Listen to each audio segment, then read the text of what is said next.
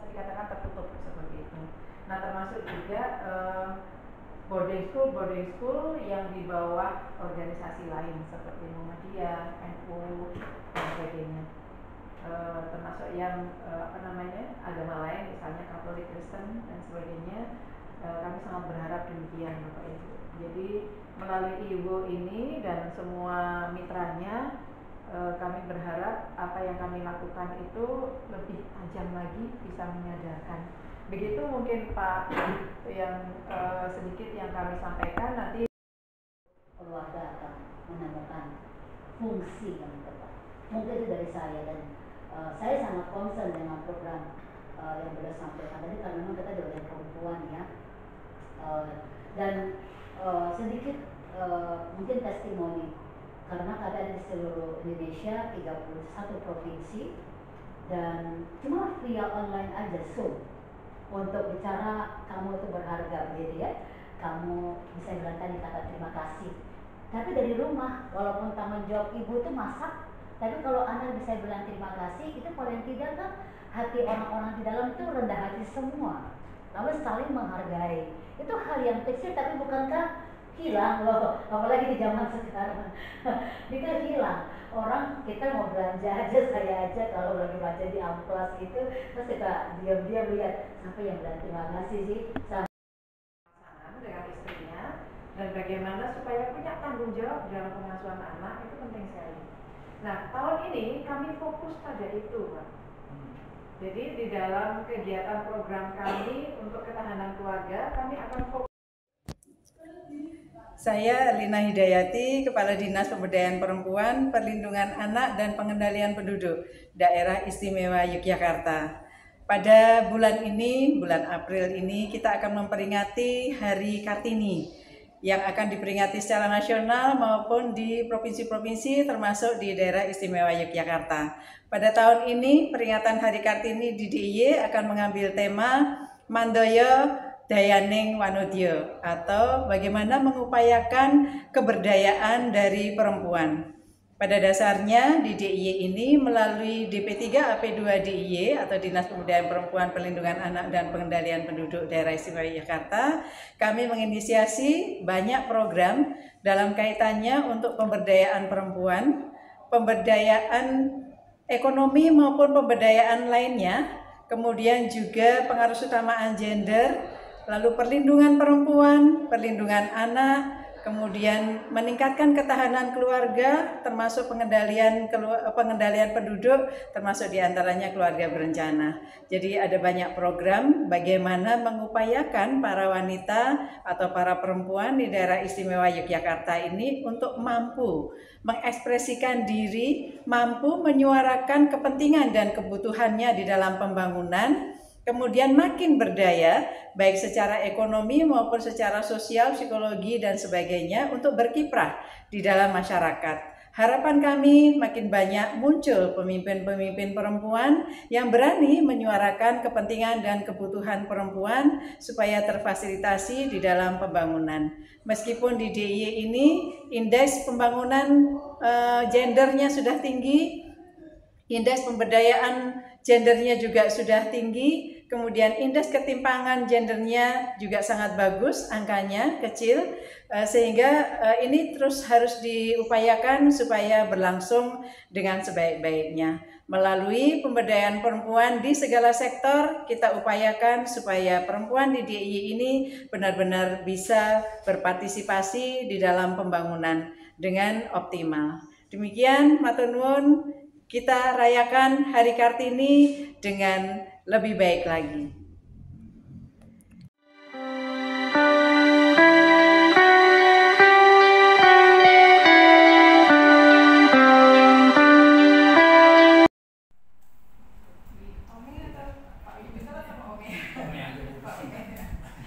Pak Ome dari IWO Indonesia yang sudah menyampaikan, ini pertemuan kita yang kedua ya Pak. Waktu itu audiensi pertama memang membahas apa yang akan kita lakukan, apa yang bisa dikolaborasikan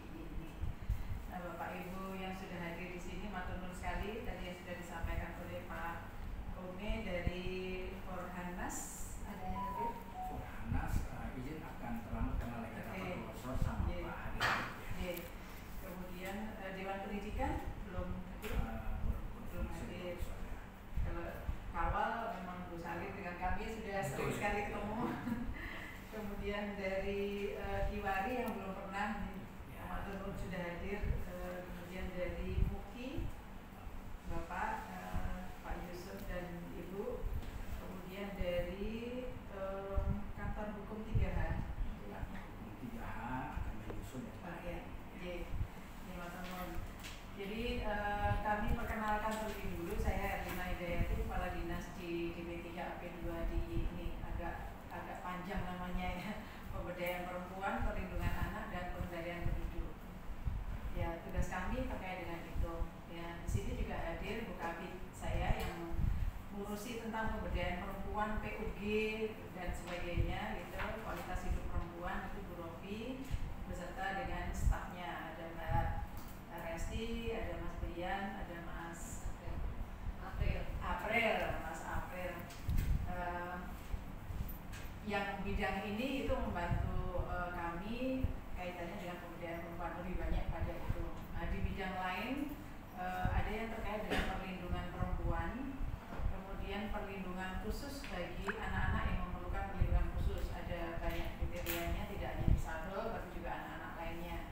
Kemudian di bidang lain yang mengurusi tentang pemenuhan hak anak. Lalu bidang yang terkait dengan pengendalian penduduk, termasuk diantaranya KB, pencegahan pernikahan anak dan sebagainya. Kami juga memiliki gedung layanan di sebelah, itu ada 3 lantai, layanan untuk korban kekerasan baik perempuan maupun anak. Kemudian juga layanan untuk konseling ataupun konsultasi permasalahan-permasalahan keluarga perempuan dan anak.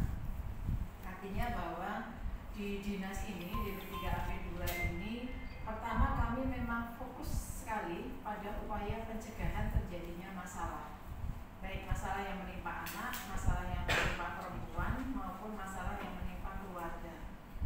Karena itu layanan kami itu full 24 jam penuh, 7 hari seminggu, tidak ada liburnya, gitu, untuk menerima curhatan, konseling, konsultasi dari baik anak, perempuan maupun keluarga yang memiliki masalah. Artinya laki-laki pun juga masuk di dalamnya. Kami memiliki petugas-petugas yang profesional, konselor-konselor psikologi dan psikolog. Artinya apa?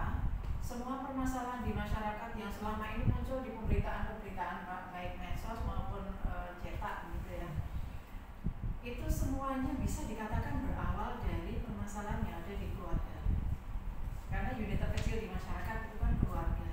Sebetulnya bila keluarga itu beres, artinya ketahanan keluarganya itu tercapai, relasi komunikasinya juga tercapai, semuanya berrelasi dengan baik antara suami istri maupun suami istri dengan anak-anaknya, maupun mungkin ada keluarga tambahan di dalam keluarga itu, entah itu mertua, orang tua, Pak D, Bude, ataupun anak adopsi dan sebagainya yang ada di dalam keluarga.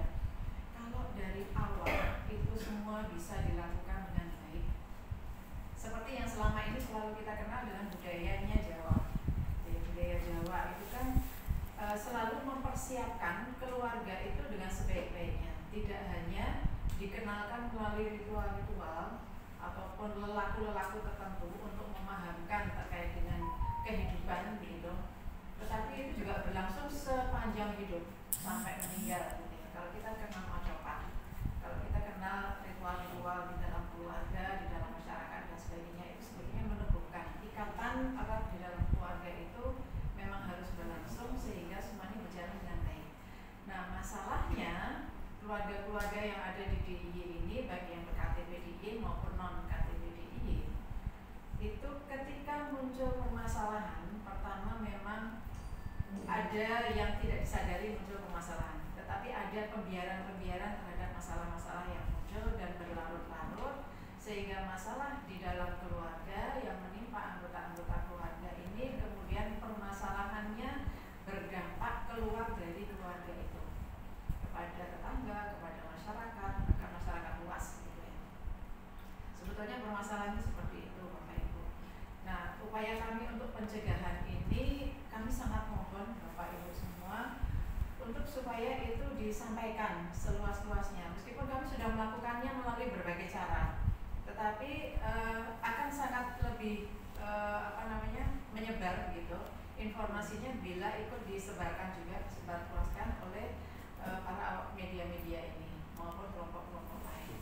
Kami selalu menyampaikan itu supaya apa yang kami sediakan, siapkan ini untuk warga ini kemudian benar-benar bisa diakses oleh warga-warga, oleh keluarga-keluarga yang memiliki masalah tadi ataupun yang belum bermasalah tetapi meminta untuk didampingi ketika ada kesulitan-kesulitan untuk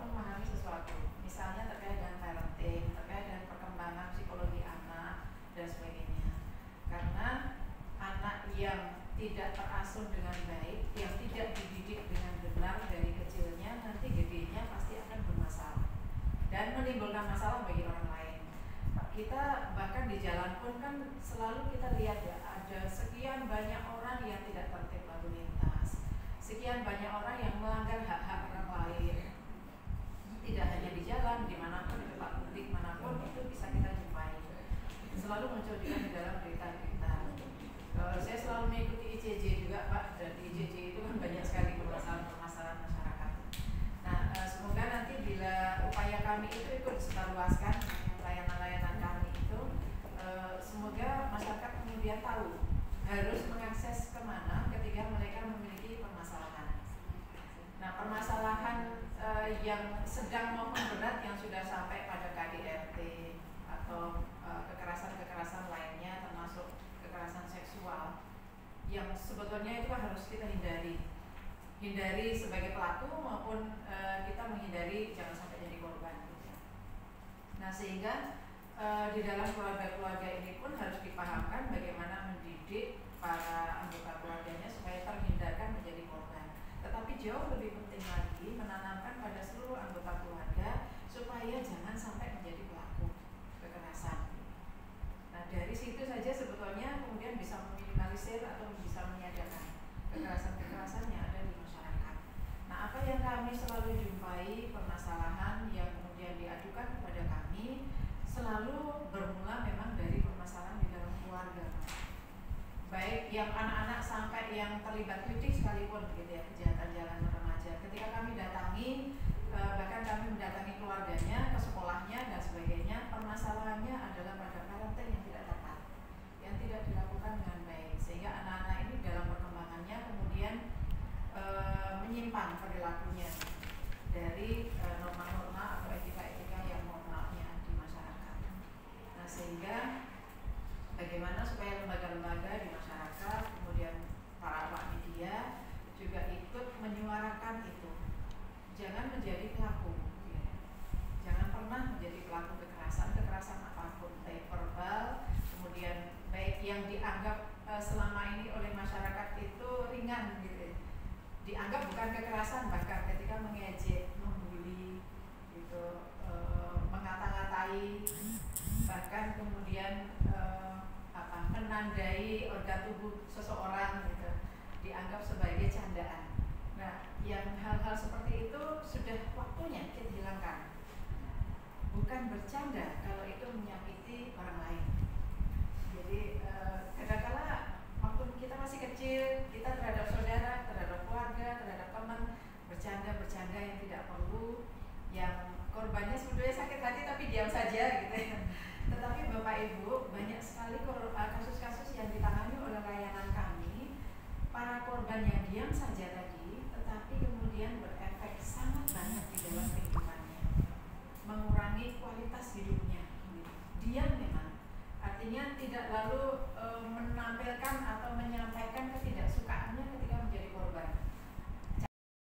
Kalau tidak selalu disebarkan, nanti kehilangan akarnya. Nah, saya tambahkan itu. Ya, sebelum ke yang lain. Jadi sebetulnya peringatan Hari Kartini 2024 ini itu kami juga ingin memposisikan perempuan itu sebagai teladan tadi. Karena perempuan di dalam sebuah keluarga itu mengambil peranan yang sangat penting, terutama karena mengandung, melahirkan dan mengasuh anak-anaknya yang masih kecil gitu ya. Itu biasanya kalau balita itu pokoknya ibu gitu kan, peran yang paling utama gitu. Pendidikan pertama itu adalah dilakukan oleh perempuan, baik ketika anak masih di dalam kandungan maupun bayi lahir gitu, baru lahir. Nah, sehingga kami sangat berharap perempuan-perempuan ini juga menjadi teladan. Ini kaitannya kalau dengan Hari Kartini, meskipun untuk keteladanan di luar dari peringatan Hari Kartini, laki-laki pun juga harus menjadi teladan gitu. Nah, perempuan-perempuan ini memang kemudian karena mereka lah nanti yang akan membentuk anak-anak ini menjadi anak-anak yang berguna gitu ya, bermanfaat. Maka memang para perempuannya sendiri harus berdaya dulu, harus terdidik dulu, karena mereka akan menjadi pendidik gitu. Jadi harus terdidik, harus berdaya, harus terlindungi, sehingga apa yang mereka lakukan ini bisa dilakukan dengan sebaik-baiknya. Nah, itu yang kami maksudkan untuk yang peringatan Hari Kartini. Temanya Wandoyo dayaning wanita. Wandoyo dayaning Wandoyo ya. Jadi bagaimana kita mengupayakan keberdayaan dari perempuan itu, baik sebagai perempuan untuk dirinya sendiri maupun perempuan yang nantinya untuk orang lain tadi, untuk anak-anaknya, untuk keluarga dan untuk masyarakat. Ini kaitannya dengan Hari Kartini. Di luar dari peringatan Hari Kartini, kami sangat berharap ada tema yang juga diangkat, yaitu peran laki-laki di dalam ketahanan keluarga dan pengasuhan anak. Jadi peran laki-laki gitu, supaya tidak lepas. Jadi ketika berkeluarga, laki-laki itu berperan sangat sentral untuk menjaga keamanan, kenyamanan, kemudian kelangsungan ekonomi, tetapi seringkali dilupakan, terabaikan di dalam pengasuhan anak yang lebih banyak diserahkan pada perempuan tadi. Padahal anak yang tidak mendapatkan pengasuhan yang seimbang dari ibu dan bapaknya itu akan timpang karakternya gitu. Sangat dibutuhkan peran laki-laki untuk di dalam pengasuhan anak. Dan negara kita itu masih fatherless nomor 3 di dunia.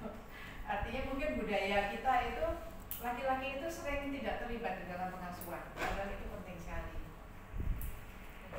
Terhadap anak perempuan sekalipun itu penting sekali untuk ada pengasuhan dari bapaknya, sehingga ketika nanti remaja dewasa itu tidak haus ke kasih sayang atau cinta dari laki-laki, sehingga kemudian ketika pacaran membagi buta, bucin dan sebagainya gitu. Biasanya karena memang kurang pengasuhan bapaknya gitu. Nah, semoga itu terhindarkan gitu ya. Dan kemudian juga peran laki-laki di dalam keharmonisan pasangan suami istri. Di DIY ini setiap tahun hampir 6.000 perceraian. Setiap tahun 5.900-an selalu sebegitu gitu ya. Kalau setiap tahun hampir 6.000 itu